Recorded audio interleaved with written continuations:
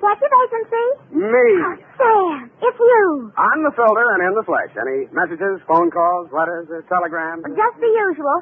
A bill to the landlord and a notice from the telephone company. Well, dispose of them as usual. You sound awfully chipper. Have you been on a case, Sam? Did you make some money? Yes, I've been on a case. No, I did not make any money. Oh, your client got murdered before he could pay you? Wrong again. My client was a woman. She did not get murdered, and she could pay me. Huh? And she did.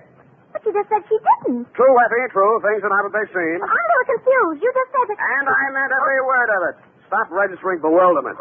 All is paradox. So, sharpen your pencils, straighten your seams, get out your notebook, and prepare to be confounded by the contradictions I shall contradictate to you during my report on the honest thief caper.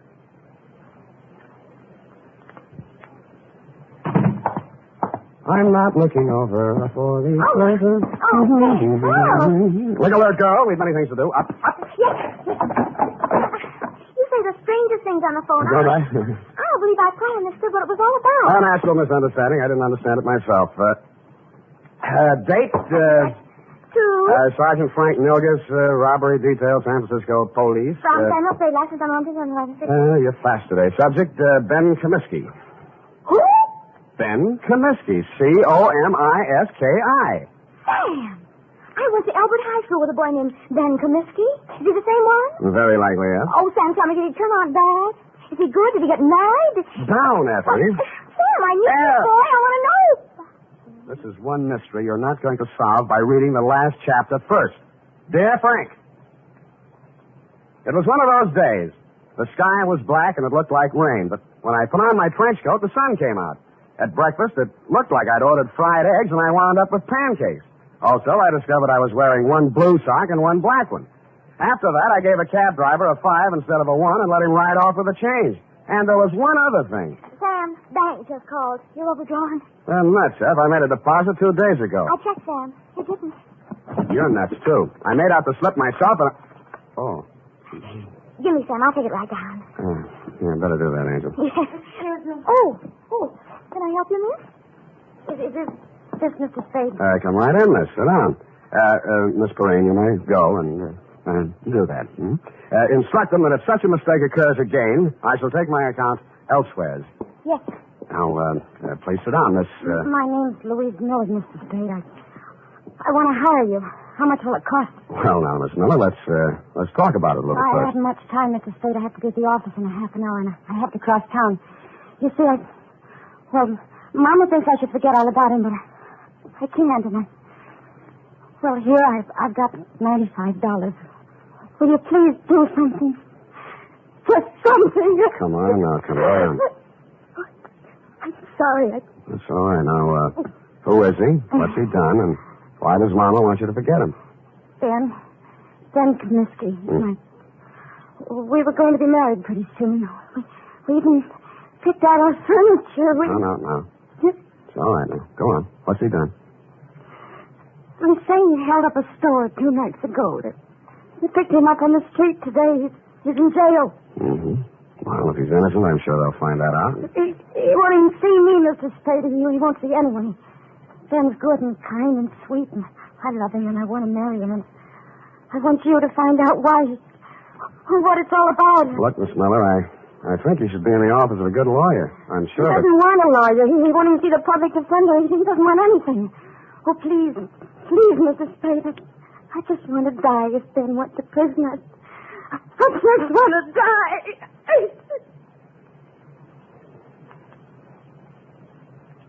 I'm no sentimentalist, but faith is the thing we're a little short on these days, so we came to terms. It was agreed she could pay me after the job was done if there was any job to do. She left for work, and I phoned you, Sergeant Nilgis, and found out Ben Comiskey had already been arraigned and was being held in the city jail. When I dropped in 20 minutes later, you walked me back to his cell. What's it all about, Ben? I don't know, just looking into it. He won't tell you anything. No? Kept his trap shut all the time he's been here. As far as we've been able to find out, no previous record, no background. Well, maybe it isn't so bad for him at that, huh? First degree, Sam. Liquor store proprietor, a man named Potter over on Army Street, identified him in the morning lineup. Just like that. Picked him out of a dozen guys we hauled in. Then what? Yeah, we sent a couple of the boys out to Comiskey's room and find all the dough in the dresser drawer, 900 clams. Here you are. Now what? Take it easy, Comiskey. This is Sam Spade. He wants to talk to you. Ben Comiskey was tall, dark-complexioned, about 29 or 30 years old. His hair was black, straight, and closely cropped. His features were regular, not good, not bad. I've seen plenty of hold-up men and gun-toters in my day, and he wouldn't have been cast in the part in my movie. I didn't know what I expected to say to him or what I expected him to say to me, but I didn't expect what I got. What are you trying to do? Get out of here. He just got here, Ben. Well, you can just leave. Hasn't a citizen got any rights, even in jail? Well, they start to lose them, and they use a gun to make a living. I don't want any lectures. I haven't got any to hand out. I'm a private detective. A friend of yours hired me. She thinks you're a pretty nice guy. Louise, huh? Why won't you see her? She's nuts. She ought to have a head felt. What's she worrying about anyway? I'd say she was worrying mostly about you. And I'd say it's the sick kind of worry that gets into a girl when she loves somebody. She shouldn't. She's nuts. You said that. Did you rob that store? The guy who runs it says I did. I suppose I did. Why? For laughs. The complaint says you make $65 a week in an architect's office. You can eat on that. Look, Spade, go back and tell her this. I didn't want furniture at $10 a month for the next 80 months. I didn't want a car the same way. I didn't want her working and me working and getting nothing but wrinkles. Tell her I got caught and to go and find a guy who can pay the way. Was that all? That's enough. You're charged with armed robbery in the first degree. That means not less than 5 years. I know it. Shut up about it. Why'd you turn down a lawyer? Haven't you heard, Spade? They're holding up my indictment. I'm a prize pigeon. They think maybe I knocked over 10 or 12 other places in town. Did you? Sure, but don't worry about me. And tell Louise not to worry about me. Got $1 million salted away, and I'm going to buy my way out through the DA's office. Okay. Have it your way, Ben.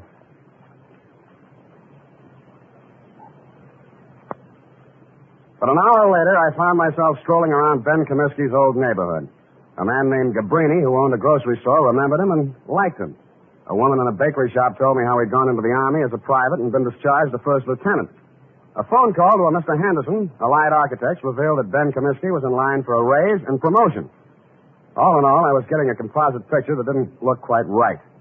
I decided to try his mother's place. It was on Lombard Avenue, a street that starts on the waterfront.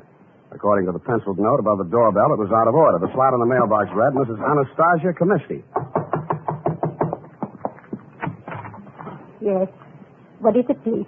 You're Mrs. Comiskey? I'm busy now. I fixed lunch for my son. He come back from Cincinnati. Please. Oh, Mrs. Comiskey, I'm here to talk to you about Ben. He's your son, too, isn't he? Yes.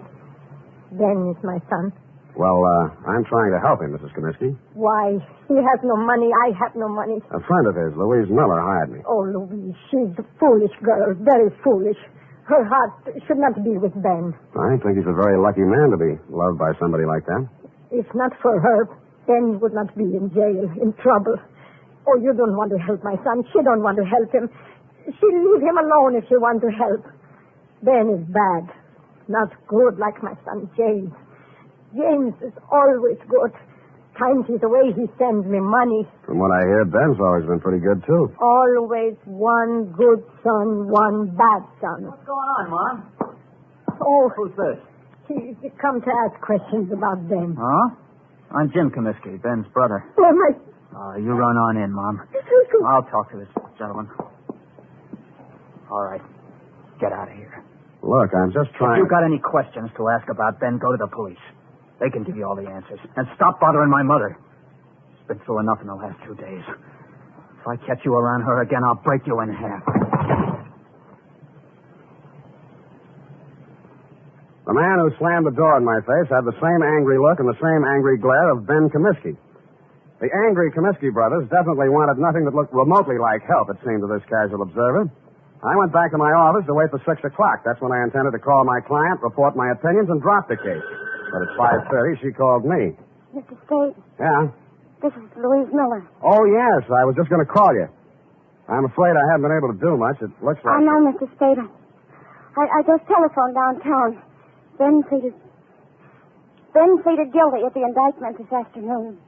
He's going to be sentenced tomorrow. And that, to all appearances, Sergeant Milgis, is the crop. But 2 hours later, and for the second time in one day, I found myself doing what I didn't think I'd be doing.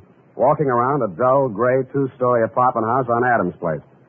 My ex-client's address, to be exact, I was wondering what a lonely, distraught girl would be thinking the night before her boyfriend was shipped away to prison. I found out. I got a whiff of it as I walked down the hall. It was coming out from under her door. I had to use my shoulder. The room was acrid and stinging with gas fumes. And Louise Miller was stretched out on the floor in a 6-foot kitchen. When I picked her up and carried her out, I wasn't sure whether she was dead or not.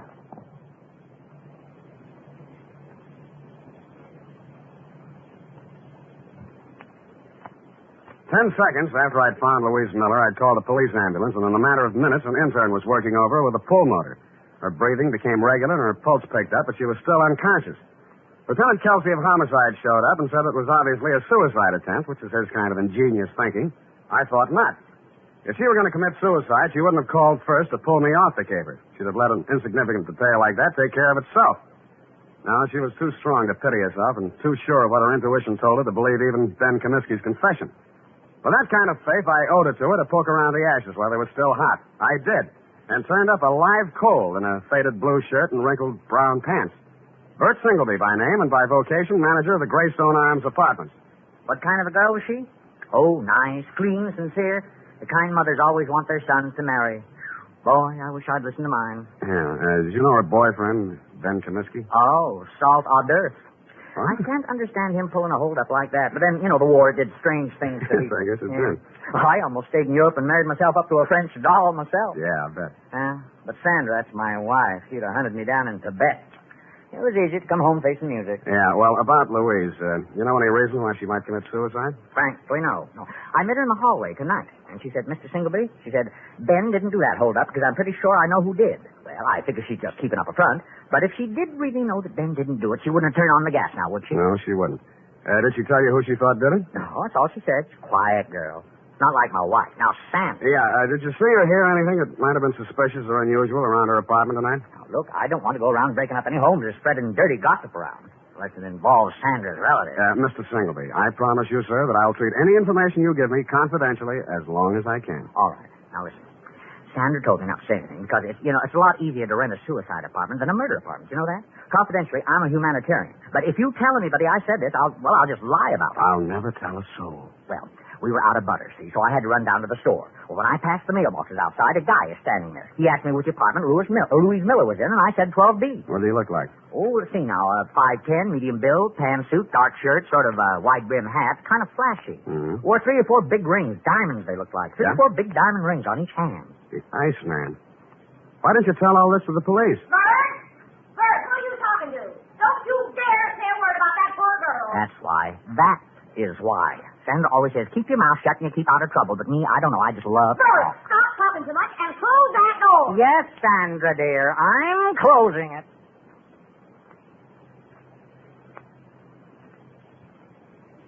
The Iceman. I'd heard about him for years, a Chicago import, but I'd never bumped into him before. He'd been headquartering at the Red Spot Cafe, the kind of a place that Skid Row winos visit when they want to slum. It was dark inside, but I strode manfully to the bar. Yeah, something? The Iceman here? What do you want him for, huh? He's a friend of mine. You're a friend of whose? What are you giving me? You got bull written all over you from the top of your stupid head to the bottom of your flat feet. He had the tan suit, the flashy rings, the dark shirt, and the wide-brimmed hat. He stared at me with eyes that were icy and insolent. He rubbed the knuckles of one hand into the palm of the other as if he just ached for a chance to bruise them, which I was sure he did. 4 guys sauntered over to lean on the piano, and as ugly as they were, I knew it wasn't a barbershop quartet.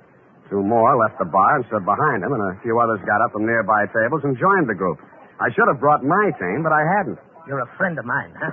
Well, if it isn't Claude Bettering, the juvenile delinquent of 1940. Is that so? Now, you're a real brain.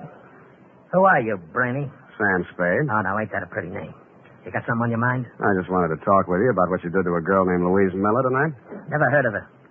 Sounds cute, though. Girls are a lot easier to push around, aren't they, Claude? Call me Ice. Claude? Some guys are just as easy as some dames. Where have I been all night tonight, fellas? Here, Ice. You heard that, Spade? I've been here all night. Any of you guys ever hear of a Louise Miller? No. Yeah, sorry, nobody ever heard of her, see? Well, she has a lot of friends who have. The police, the people down at Mercy Hospital, and me.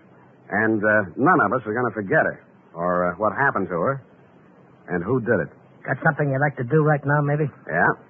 But I'll pick my time. All right. Enough of this cheap chatter. I don't want to be seen talking with you too long. I got my reputation to think about. Now blow before I take one hand out of my pocket and push your stinking face back through that door. You'll need both hands, Samson. Go on, you creep. Fellas. All right.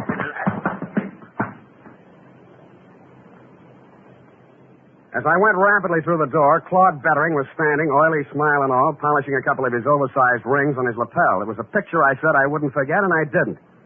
I went and rented myself a car, parked it down the block from the Red Spot Cafe, and waited almost all night.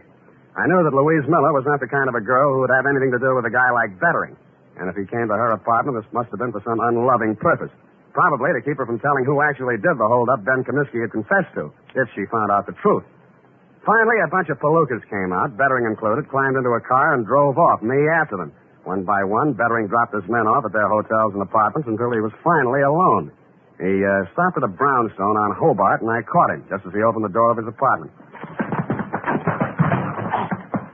Well, the tough guy. You're going to find out. Don't think I'm easy.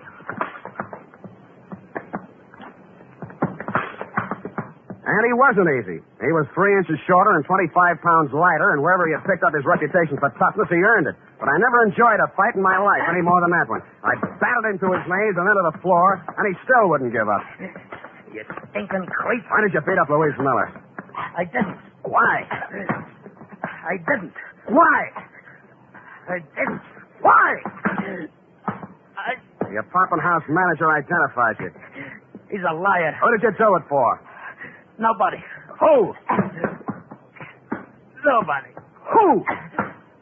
You stinking creep. I'll push your face. Who? Who? Push your face.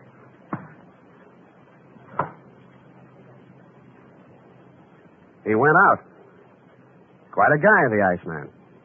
I used his phone to call the police and tell them to pick him up for attempted murder. Then, with dawn coming up and my energy going down, I went back to the city jail, got a pass, and woke up Ben Comiskey. Why don't you stop messing around in my business, Spade? Did you ever really love that girl of yours? Get out, you sadistic jerk. Well, she's in Mercy Hospital now. You can send her a card. Write something nasty on it. So long. Spade, Yeah? what's she in the hospital about? What do you care? Tell me, please. Somebody turned on the gas in her apartment and tried to kill her. It's nothing, really. Please. Who did it? Who did it, Spade? I think it was a guy named Claude Bettering. They call him the Iceman in certain circles. But why? That's what I'd like to know. Who's Bettering? I don't know. Your girl believed you were innocent, Comiskey, but you said you weren't. My guess is that somebody figured she knew something and tried to shut her up. I think Bettering was hired by somebody. Spade, look, I don't have any dough, see? But I want to get out of here. For one day. Do you know anybody to raise the bail? I won't skip, and I'll pay back anything you want. Why? I gotta see somebody. I don't think I can. Who do you want to see? My lousy, dirty, low-down, no-good brother. He hired Bettering? Who else? He did everything. He's always done everything wrong. He held up that liquor store, but he's on parole, a 2-time felony offender. One more rap and he'd go up for 20 years. I did this for him, yeah. Look at me. I did it for him, and he tries to kill my girl. Your mother said he was a good boy, hard-working, lived in Cincinnati. Me again. I told her all that. She believed it. I started a whole stupid lie and had to go through with it. I could explain 2 years, 3 years to her, but not 20. He promised he'd go straight. He promised. I see. I even sent her money I earned and said it was from him. Oh, you never saw anybody like me before, did you? No, I haven't. Get me out. Get me out, Sam, and I'll drag him in by his back teeth. Thanks anyway, but I'll do it myself. Spade, let me do it. Let me do it, please.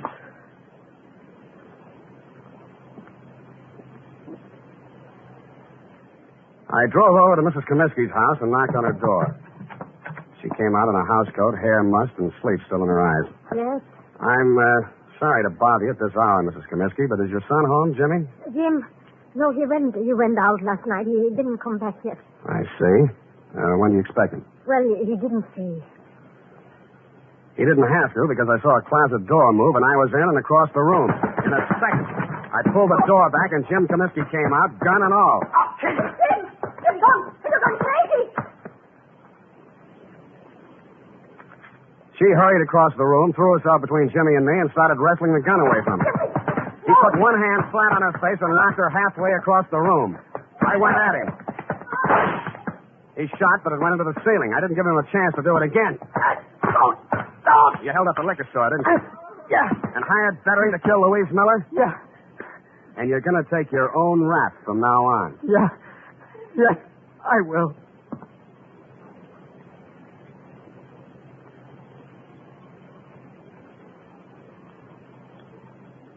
And he did.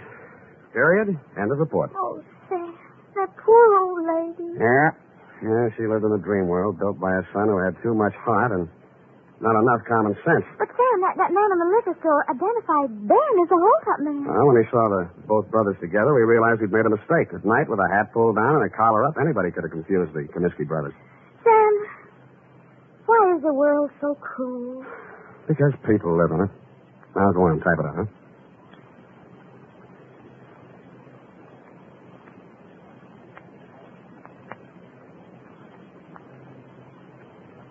Well, here it is, Sam. And if you don't mind my saying so, it's a lesson to everybody. If you say so, Ed. Honest, Sam, I'm just infuriated. Now, don't go too far. Misplaced love, devotion, it just isn't right. Now, hand me the glass. Now, this kind of thing could be going on all over the world. The glass up. If it weren't for people like you who step in and take things in hand. The glass! Oh! Here you are, Sam. Thank you, Miss Brain. Honestly, Sam, well, just honestly, that's all. Are you finished? Well, I have some sociological feelings, too. I'm just not an automat or secretary you turn on and off. Come here. Come here. With each new case, I have feelings. Effie, I just kissed you. I know what... I just kissed you. Oh, Sam. Delayed reaction. Must be the heat. Oh. Good night, Sam.